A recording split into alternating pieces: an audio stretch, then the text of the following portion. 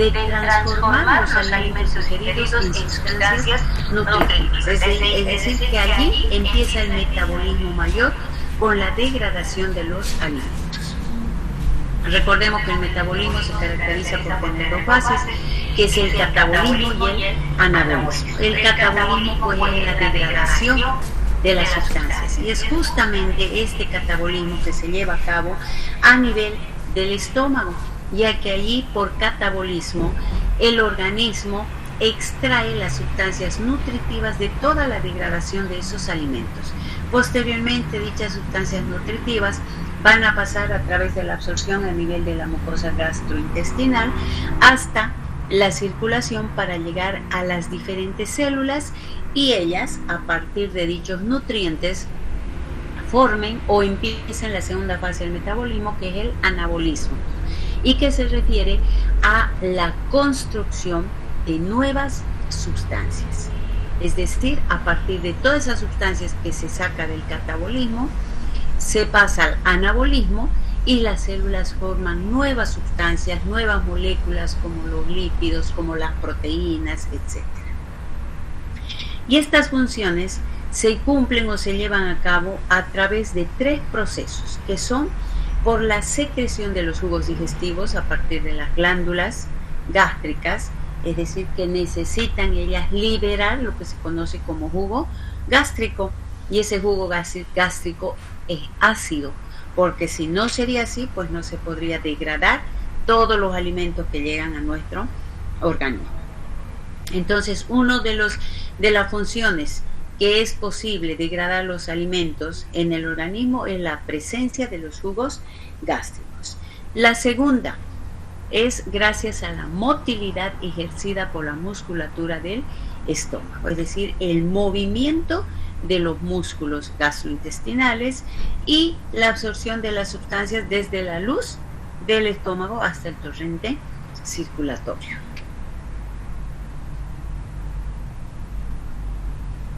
Por lo tanto, fíjense, es donde se absorben los principales nutrientes que son necesarios para el organismo.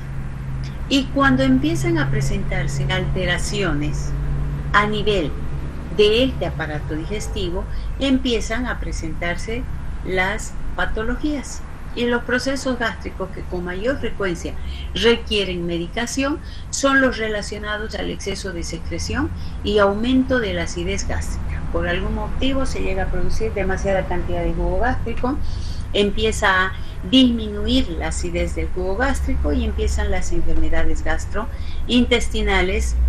La inicial es la que se presenta como forma de acidez o gastritis y que posteriormente lleva a la formación de la úlcera péptica o gastroduodenal. ¿Qué es la úlcera péptica? No es más que la ruptura de la integridad de la mucosa que reviste el tubo digestivo. Y esta mucosa llega a romperse a causa de la presencia de ácidos y enzimas que aumentan considerablemente dicha acidez y pueden llegar a producir lesiones. Estas lesiones se caracterizan primero por la presencia de inflamación por un exceso de acidez a nivel de la mucosa gastrointestinal. Empieza a inflamarse dicha mucosa, desarrolla lo que se conoce como gastritis. Esta inflamación puede llegar a producir irritaciones, formación de úlceras que posteriormente sangran y finalmente se perforan. Entonces empezamos con el tratamiento para la acidez y posteriormente para evitar o para regenerar la formación de las úlceras a nivel de la mucosa gastrointestinal. Para ello tenemos una serie de fármacos. Hablamos de los depresores de la secreción, que son los antiácidos y protectores gástricos, los estimulantes y depresores de la motilidad gástrica y los vomitivos o eméticos o llamados también antivomitivos o antieméticos. Empezamos a describir primero los depresores de la secreción, que son los antiácidos y los protectores gástricos. Habíamos dicho que a nivel de la mucosa gastrointestinal pues se secreta el famoso jugo gástrico Y este jugo gástrico tiene por naturaleza ser ácido. Su acidez oscila entre 1 a 3 de pH. Ese es su valor de pH y eso es normal porque si no sería ácido, pues no se podría llegar a producir la degradación de los alimentos. El problema está en que cuando ese jugo empieza a haber en excesiva cantidad en el estómago o empieza a disminuir o se hace más ácido el pH del jugo gástrico, lleva a la formación de lo que se conoce como úlcera péptica. ¿Y cuál es la intención cuando se presenta esta alteración? Hay que favorecer la curación. Y una de las principales maneras de empezar a realizar la curación de dicha úlcera es disminuir la acidez. Es el punto de partida. Disminuir la acidez estomacal mediante el uso de drogas conocidas como antiácidas. ¿Qué hacen los antiácidos? Neutralizan el ácido clorhídrico, que por naturaleza es ácido, pero en algún momento se vuelve hiperácido.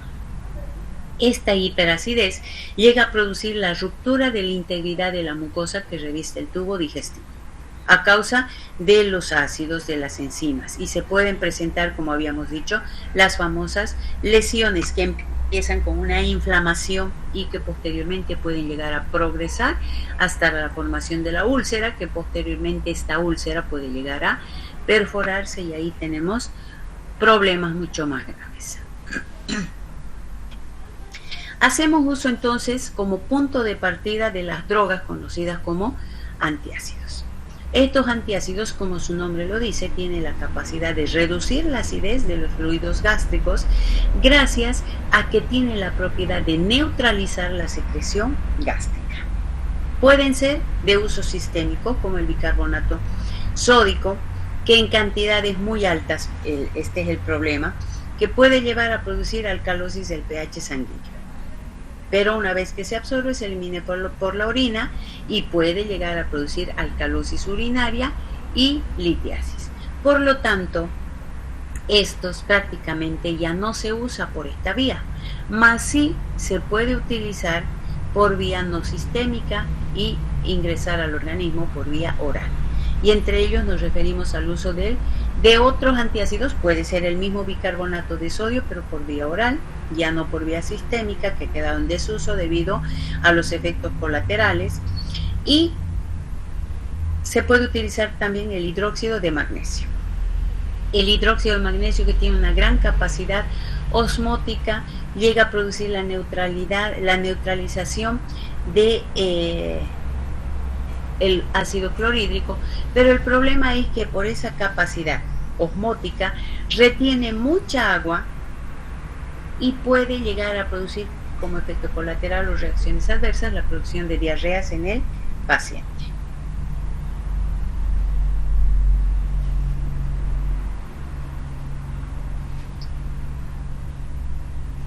Les decía que entre estos antiácidos no sistémicos podemos utilizarlo al mismo bicarbonato de sodio. El bicarbonato de sodio, que es uno de los antiácidos muy utilizados, que se constituye en ser una sal de ácido débil, que es el ácido carbónico, con una base fuerte, que es el hidróxido de sodio. Es muy soluble y reacciona en forma inmediata con el ácido clorhídrico.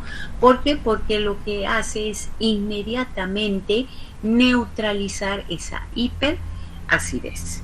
Muy efectivo, muy utilizado, pero el problema está en que el uso irracional de estos medicamentos llega posteriormente a producir otras alteraciones en el organismo. Luego tenemos el carbonato de calcio, que es un antiácido potente de rápida acción, y los efectos adversos que presenta han limitado su uso por los efectos adversos y los relacionados sobre todo al efecto rebote, que quiere decir que mientras se está utilizando el fármaco, pues el tratamiento, la terapéutica funciona muy bien, pero en cuanto se suspende el tratamiento, viene nuevamente el problema y todavía con más fuerza. Por eso es que se ha limitado el uso del carbonato de calcio, más se prefiere el uso del bicarbonato de sodio. Pero además, les decía, teníamos otros antiácidos como el hidróxido de magnesio Muchas sales de magnesio, incluyendo el óxido, el carbonato, el hidróxido y trisilicato, tienen capacidad de tener esa función antiácida. Neutralizan la hiperacidez.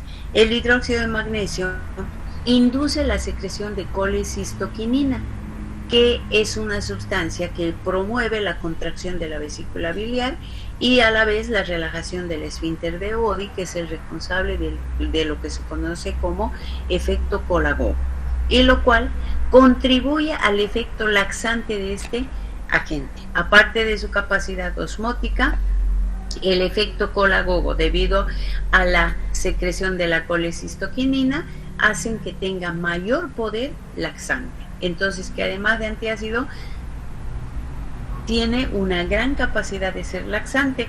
Vendría a ser una reacción o efecto adverso que pues ha limitado también su uso. Y para evitar esta situación, se ha recurrido al uso además del hidróxido de aluminio. El hidróxido de aluminio, que es mucho más potente que el hidróxido de magnesio y más usado como antiácido. El efecto adverso primario es la constipación. Fíjense que mientras el hidróxido de magnesio produce diarrea, el hidróxido de aluminio produce constipación. Entonces, ¿qué ha hecho la farmacología? Ha recurrido a disminuir las dosis de ambos y combinarlos. ¿Para qué? Porque el uno contrarresta la acción del otro. El magnesio, con una combinación o con una dosis de hidróxido de aluminio, disminuye su capacidad de producir diarrea, y el hidróxido de aluminio, con una combinación del hidróxido de magnesio, pues ya no produce la constipación o estreñimiento. Por eso es que ahora tenemos muchas combinaciones. Los antiácidos más utilizados son a base de hidróxido de magnesio e hidróxido de aluminio, y por eso es que cuando la deben conocer, han debido escuchar la leche de magnesia. Lo que hace este fármaco es que en cierta dosis lo utilizamos a dosis mínimas como un antiácido, pero aumentando la dosis tiene la capacidad de ser más laxante que antiácido. ¿Cuáles son los efectos adversos de los antiácidos? Los principales, pues lo que acabamos de decir, por el uso del hidróxido de magnesio y el hidróxido de aluminio, que son las producciones de diarrea y constipación. Estos vienen a ser los efectos adversos más comunes asociados con la terapia de antiácidos. Eso en cuanto a los antiácidos. Fíjense que son los antiácidos más utilizados, partiendo desde el bicarbonato de sodio. Pero tenemos otro grupo de fármacos que interfieren con la secreción ácida gástrica, es decir, que ahora tienen que ver con estimular o con inhibir la producción de los ácidos o del jugo gástrico en el estómago. Y tenemos los antagonistas del receptor H2 de la histamina. La histamina es un potente estimulador de la secreción ácida gástrica a partir de las células parietales. Entonces, el enlace de la histamina a otros receptores específicos, incluyendo el de la acetilcolina y gastrina, tiene la capacidad de activar a segundos mensajeros que activan la bomba de hidrogeniones, es decir, la ATPasa. Entonces, la histamina tiene acciones farmacológicas que pueden ser mediadas por el receptor H1 y el receptor H2. Ahora ustedes dirán, pero ¿cómo la histamina? Dijimos que interactúa como el que tiene que ver la liberación de la histamina para que llegue a promover los fenómenos alérgicos.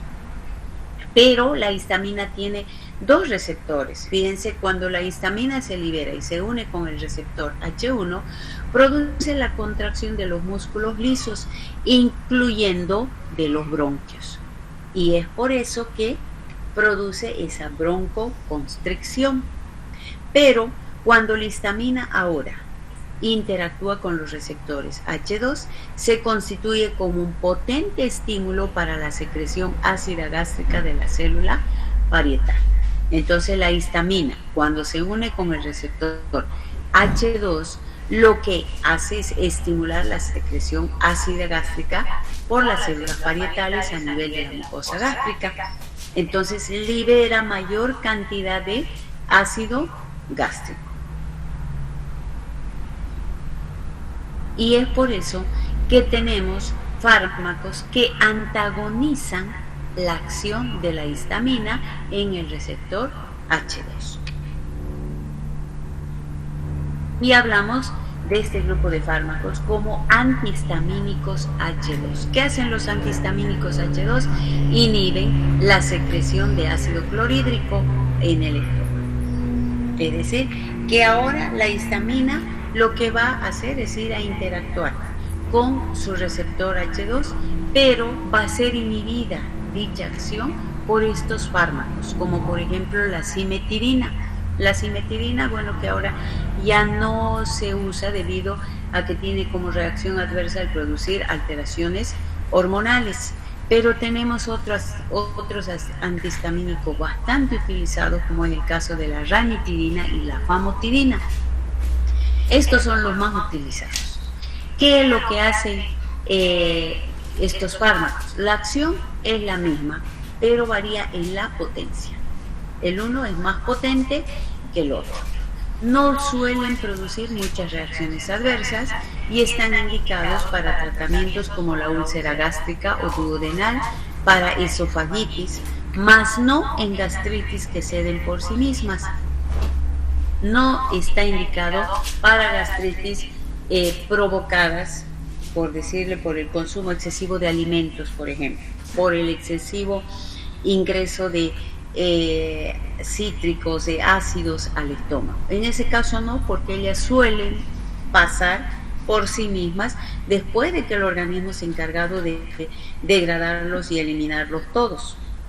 Mientras que cuando hay ya alguna inflamación o hay la presencia de irritaciones, formación de úlceras, entonces sí están indicados la ranitidina y la famotidina.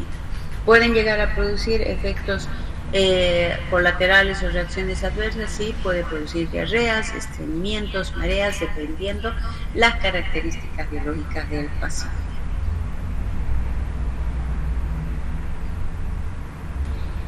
Otros fármacos tenemos los inhibidores de la bomba de protones. Los inhibidores de la bomba de protones tienen como mecanismo de acción suprimir la secreción ácida gástrica por una inhibición competitiva de la ATPasa, hidrógeno potasio, presente en la superficie de la célula parietal. Entonces, uno de los fármacos que corresponde a este grupo de fármacos es el omeprazol. ¿Cuál es el mecanismo de acción del omeprazol? Inhibición de la bomba de protones, es decir, inhibición de la ATPasa o de la ATPasa hidrógeno potasio. El omeprazol viene a ser considerado como el primer agente representativo de una nueva clase de potentes agentes antisecretorios gástricos. Se administra por vía oral en cápsulas de gelatina, conteniendo gránulos con cubierta entérica para proteger a la droga de la degradación. Los alimentos, ¿qué pasa cuando se consume el omeprazol junto con alimentos? Los alimentos tienen la capacidad de disminuir el grado de absorción, pero no disminuyen la cantidad total de la droga absorbida. Quiere decir que lo ideal del omeprazol es ser administrado en ayunas. Y generalmente se dice el tratamiento de días, una hora antes de empezar a administrar alimentos. ¿Para qué? Para garantizar la rapidez y eficacia de la terapéutica. ¿Qué pasa cuando se consume con alimentos? Los alimentos pueden disminuir su grado de absorción, pero no van a disminuir la cantidad total de la droga, sino que lo que va a hacer es que va a permitir la absorción, pero en forma muy lenta, va a tardar demasiado.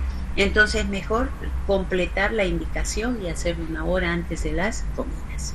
Es metabolizado por el sistema enzimático hepático de la citocromo P450 y se elimina por las heces.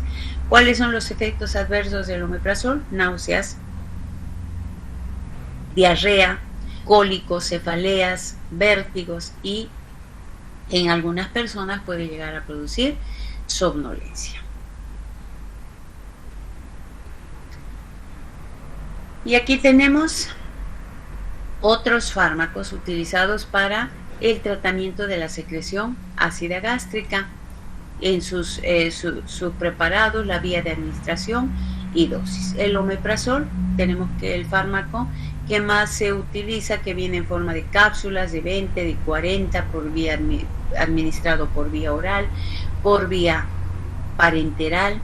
El lansoprazol, que viene en cápsulas por 30 miligramos vía oral. El pantoprazol, tabletas de 20 y 40 miligramos por vía oral.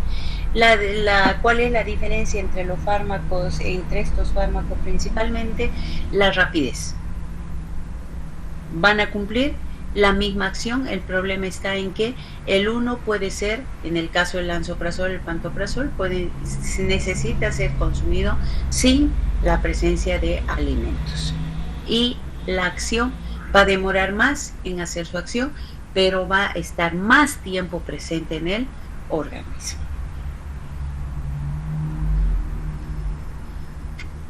Bien, hasta ahí, alumnos, ¿tienen alguna consulta?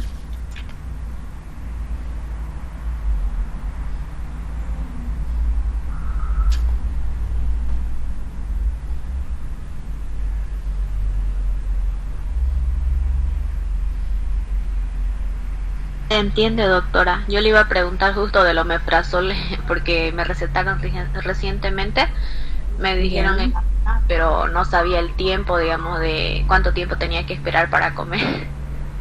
Ya, generalmente para tener que sea eficaz el tratamiento, es eso lo que se recomienda, administrar 1 hora antes de la comida por 10 días.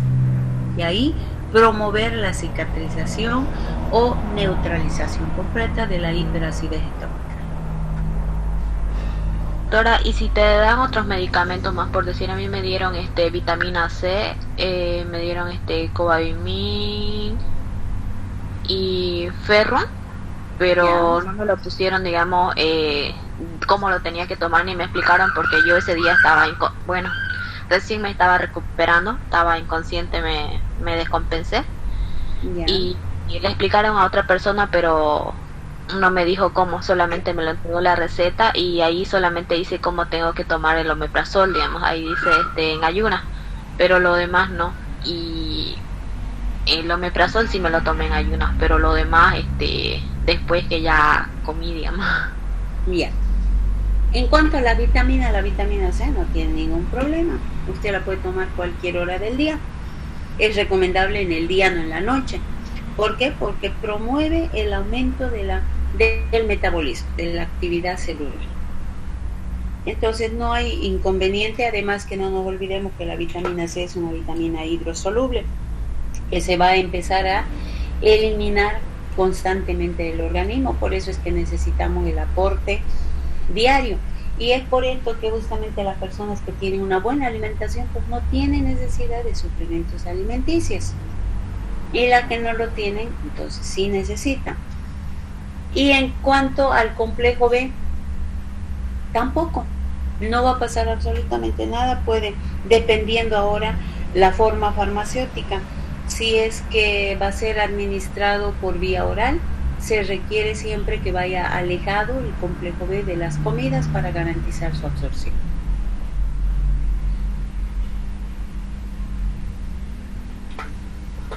Ya, doctora, muchas gracias. Muy bien.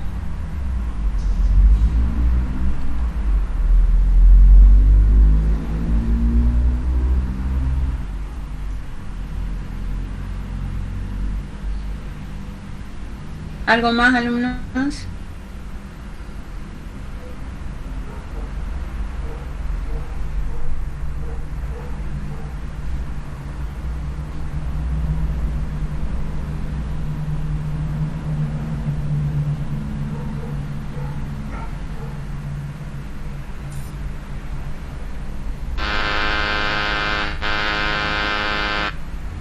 ¿Nada?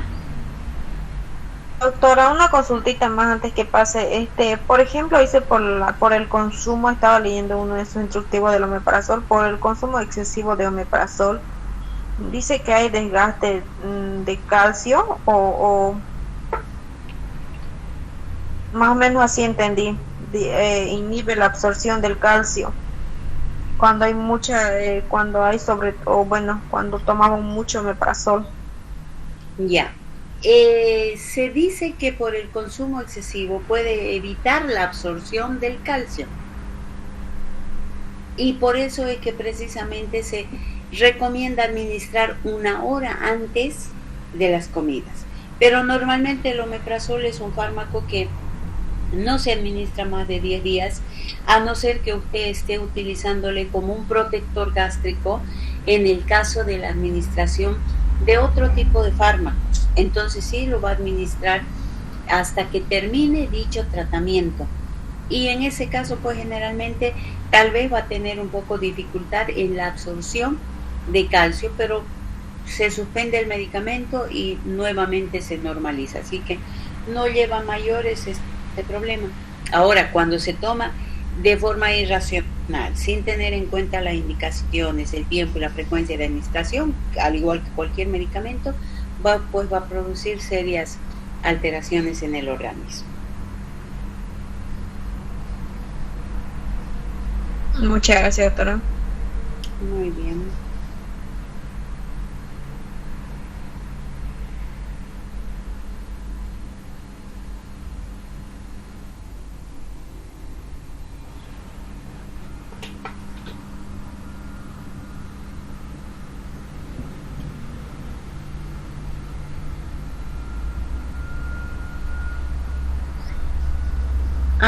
Bueno, yo creo que ahí quedaremos y vamos a ver si la siguiente clase ya podemos grabar para que puedan tener más de este tema que es tan interesante y que ustedes saben que en sus defensas pues le puede caer cualquiera de este tema, ¿no es cierto? Al hablar sobre farmacología del sistema respiratorio, farmacología gastrointestinal. Entonces este es uno de los temas pues que tiene bastantes medicamentos. Miren, en un momento ya hablamos de varios medicamentos y todavía nos falta mucho más. Así que pueden ir leyéndolo, completando su información con el libro.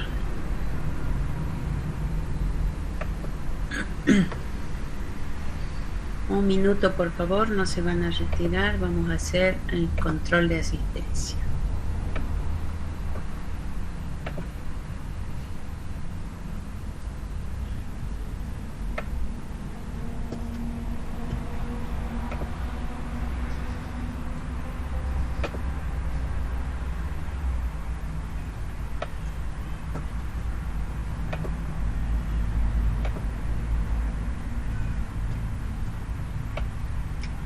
Giselle Aguilar, Daniel Álvarez, Alberto Áñez,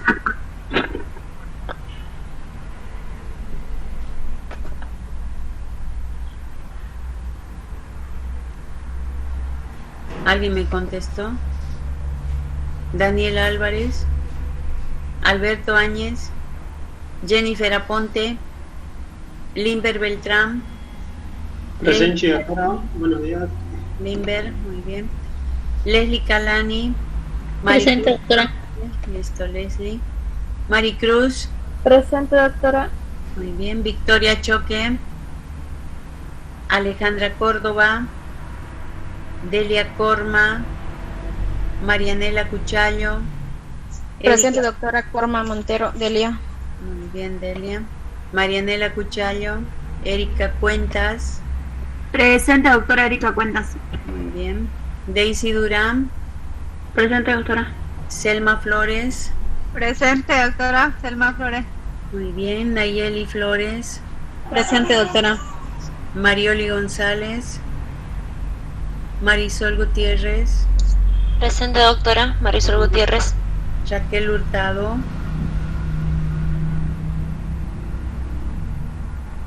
Pablo Justiniano. Raquel Hurtado no está, creo que la vi conectada. Verónica Lea, Jimena Ledesma. Ledesma presente, doctora. Bien, Stephanie López. Presente, doctora. Muy bien. Mari Lozano. Margarita Mamani. Isabel Mamani. Rubí Miranda. Presente, doctora. Presente, doctora Miranda. Miranda. Mamani Moyo. Presente, doctora. Muy bien, Isabel. Juliana Moreno. Mayeli Navia. Rosa María Ortiz. Elvira Padilla. Presente, doctora. Génesis Peña. Fernanda Pérez. Elizabeth Pérez. Presente. Joana Elizabeth Pérez. Pérez. Fernanda Pérez, ¿no? Elizabeth Pérez. Presente, Elizabeth Pérez le dije, doctora. Ah, ya no, Fernanda. Ajá, Fernanda Elizabeth Pérez. Pérez. Fernanda Pérez. No. Joana Pérez. Leonardo Posiva. Presente, doctora. Muy bien. Alfredo Rafael. Presente, doctora. ¿Dónde se perdió ayer, Rafael?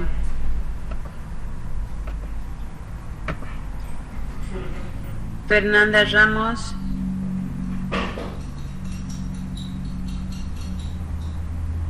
Lisette Roda. Félix Rodríguez. Presente, doctora. Bien. Georgiana Romero. Vanessa Saucedo. Malena Solís. Esther Vaca. Presente, Vaca Trujillo. Muy bien. Ruth Vilca. Hilary Banera. Presente, doctora. Listo, Hilary. Ya, nadie falta de la malla nueva. Ya no voy a volver. Yo recién entré, doctora. ¿Y por qué entró recién? ¿Nombre? Limpias. Nicolás Limpia. Nicolás Limpias debe estar en la malla antigua, ¿no? Sí. No, está en la nueva. ¿Nadie más de la malla nueva? Doctora, no sé si Hilary Ibanera le tomó Sí. atención, que ella no está su audio bien. Sí, Hilary Banera está presente. Bien, vámonos a la malla antigua. El resto ya se puede retirar al alumno. Nos vemos la siguiente semana. Hasta luego, doctora, se cuida. Hasta luego, chicos, chicas, que estén muy bien. Descansen.